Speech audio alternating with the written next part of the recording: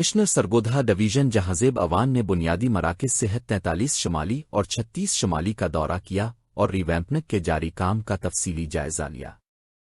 اس موقع پر director development بلال حسن، deputy director technical Rana شاہد عمران اور XEN building بدر سلطان اپنی ٹیم کے ہمراہ موجود تھے، جنہوں نے کمشنر کو جاری منصوبوں کے حوالے سے بریفنگ دی۔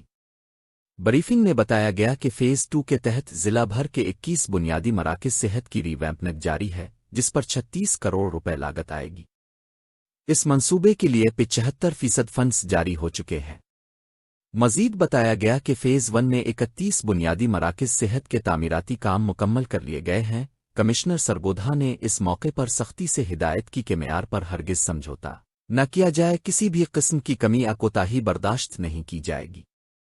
انہوں نے دونوں مراکز صحت میں مریضوں سے ملاقات کی سہولیات کے بارے میں دریافت کیا اور عملے و ڈاکٹروں سے ادویات کی دستیابی اور دیگر سہولیات پر بھی بات چیت کی۔ اس موقع پر بتایا گیا کہ دونوں مراکز صحت میں روزانہ اوسطاً 70 سے 80 مریض او پی ڈی میں چیک کیے جا رہے ہیں۔